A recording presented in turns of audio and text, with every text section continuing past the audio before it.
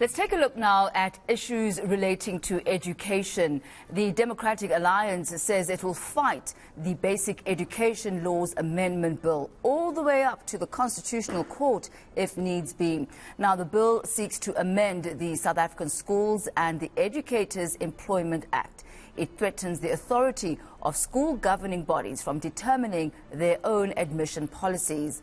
The Democratic Alliance says this is the ANC's attempt at school capture. Baxolile Nodada is the DA's MP and also speaks for the party on education matters. Mr. Nodada, thank you for your time today.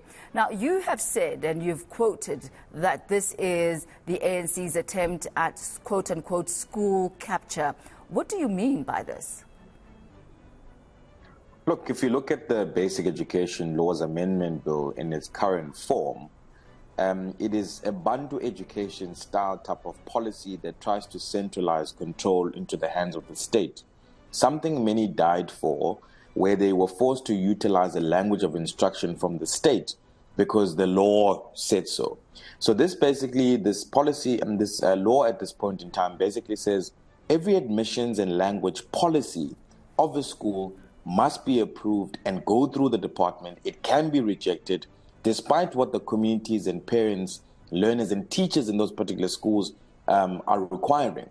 Because ultimately it is the school governing bodies who are safeguarding and know what is best for their children in determining the admissions policy, for example, because know the capacity of their school so that the children don't end up in overcrowded classrooms. Secondly, if a particular community and a school represented by parents, by learners, are saying, we want to study in isiXhosa so that we can do our physical science, our maths, our counting in the language that we best understand, then they must be allowed to do so. They must be able to develop those policies because the Constitution protects them from doing that. What we find here is that the HOD, which is the head of the department in every province, has been given a loaded weapon to be able to determine these policies, becoming a player and a referee, whereas their responsibility is simply to intervene if there is a complaint or a parent basically takes up the case to say there's a policy that is discriminating against our children. It's against the three-tier system the Constitution has outlined to us that SGBs must develop their policies. The department must then intervene if there's an issue in those policies. In the world over, it's been proven that children that study in their mother tongue can read for comprehension better than those that don't study in their mother tongue. And that's what we should be promoting and not trying to take away these powers and centralize control. We've seen what the ANC has done in everything that they touch, they destroy. There's absolutely no way we should be centralizing power as a Bantu education style policy. And that is precisely why we're saying that we're going to be taking this Basic Education Laws Amendment Bill right up into the Constitutional Court, because it will infringe on parental rights, it will infringe on choice, and ultimately it will take away school governing body powers. One of the things that you've done is you've called on other NGOs and you've called on school governing bodies to join your act of going against this bill. What type of response have you had thus far? We've had a very positive response because we are taking a whole of society approach. And we've proven this through our multi-party charter. We've proven this yesterday. We were joined by 4 civil society organizations, 2 political parties, and that were basically saying that it cannot be that we should be allowing a centralization of control and power taken away from parents. In fact, we should be encouraging parental involvement in schools, because it also has been proven that it contributes to quality learning, quality teaching in schools, and for children to take an interest in their schooling. So us having this whole of society approach will be assisting. We will be writing letters to those civil society organizations, political parties, and any other South African that is interested to make sure that we have laws and policies that are promoting quality education in our schools rather than regressive laws that are centralizing control to the hands of the state. And we have received quite very positive response. You have mentioned, Baxolile, the importance of ensuring that parents are actually involved in their children's education. Talk to us about how far the bill goes as far as addressing homeschooling, for example, for those parents who choose not to put their children through the regular schooling system but have something separate.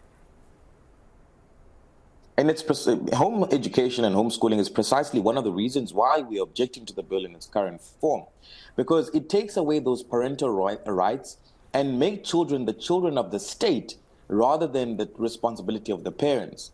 It basically indicates that if you choose to educate your child at home, you will have an added expense of having an independent assessor to come and monitor your child on a curriculum that they don't understand. Because parents choose to home educate their children either for medical reasons, either a child has got ADHD, for religious reasons, and other reasons. And oftentimes, one parent sacrifices a salary so that they can home educate their child. Now you want to have added expenses. You want to invade homes through independent assessors that have nothing to do with how the child is being developed. And ultimately, it's precisely why we are objecting to the bill, to say that parents must have the right to choose how to educate their children. Yes, they must inform the state that they are home educating children so that no child does not get education in the country. But how you go about doing that, make sure that you consult the homeschooling sector and listen to their concerns, because 99.9% of them that came to public hearings objected to the bill, simply asking the department, please come and consult us in putting together regulations and law so that we can inform you how do we operate. And that was simply ignored. Baxolile, how much would it actually take to transform the system and actually put the Bella Bill in place? For example, the Bella Bill says we must make grade R compulsory, which is something that we really extremely welcome, because you know that early childhood education, primary education is quite important for the development of the child. The reality of the situation is that will require 12 billion rand at the basic for it to be implemented. And the reason why we also object to the bill is because it does not deal with the real issues in the education system. We've got 5,000 schools that still have pit toilets. Children are still dying in pit toilets from the villages that I come from. We've got dilapidated infrastructure that's falling over children. There's poor quality teaching in classrooms with little accountability. Our teachers are performing below 40% in maths and science, failing exams for the very same subjects that they need to teach.